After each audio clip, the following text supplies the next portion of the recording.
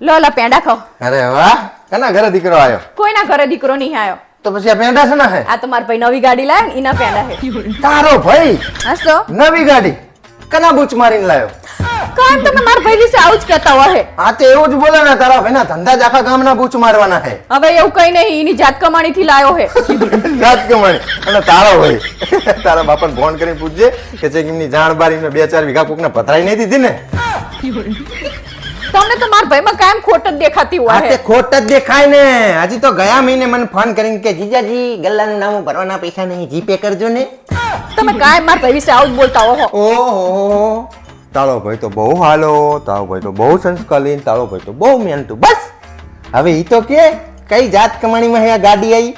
મેં મારા ભાઈને ફોન કર્યો તો ને તે એવું કહેતો હતો કે હે ને એ 2% કોકના વ્યાજવા લાયો તો અને પછી શેર બજારમાં ઇન્વેસ્ટ કરે ને તેને એક જ મહિનામાં ડબલ થઈ ગયા. ઓહો, એ તો એની ગાડી લાયો બિચારો, નફો મળ્યો એટલે.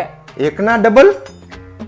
તો હવે તારા ભાઈને ફોન કરીને સમજાવજે કે જે ડબલ થયા ને પૈસા એમાંથી જેના 2% લાય ને એના પાછા આપી દે અને બાકીના બધા ઘરમાં ઘાલ દે. શું પૈસા કાઢીને ઘરમાં કાઢ દે? જો આવી રીતે ડબલ થતા હોય ને તો હજી તો હું તો કહું વધુ ઇન્વેસ્ટ કરાય.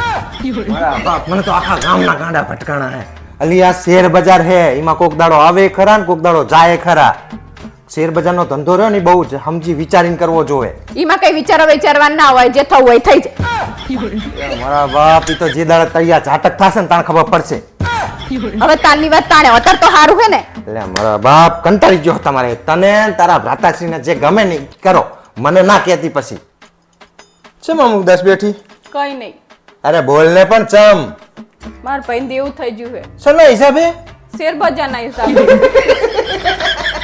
તમને તો કાયમ સિરિયસ વાતમાં હસવું આવતું હોય. બાપ તું આવું કેલું શું થાય? હારું બસ કેવી રીતે થયું? તમને ખબર હે ને મારા ભાઈએ શેર બજારમાં પૈસા રોક્યા હતા. હા તે એમાં તો નફો ડબલ થયો તો. આ તો પણ હે ને કોકે ભાઈએ ટિપ્સ આપી કે હે ને આમાં પૈસા રોકો તો તમારે હે ને મહિનામાં 3 ગણા થઈ જશે. તો બચારાને કેટલી કેરો પડી. આના ઉપર તને પેલી કહેવત પડી કે રૂપિયા હોય તો તારા ભૂખે ના મરે. હવે પેલા એવું કહો કે હવે મારા ભાઈને આ દેવામાં હિચી બહાર કાઢવો એમ. તો મેં તો પહેલા ના જ પાડી હતી કે તમારા ભાઈ બહેન ના શેર બજારના ચક્કરમાં મારે કોઈ લેવા દેવા નહીં, યાદ રાખજો. હવે કરો તમારા પપ્પાને ફોન ને કયો કે 2-4 વીઘા ઓછી કરે તમારા ભાઈ બહેન.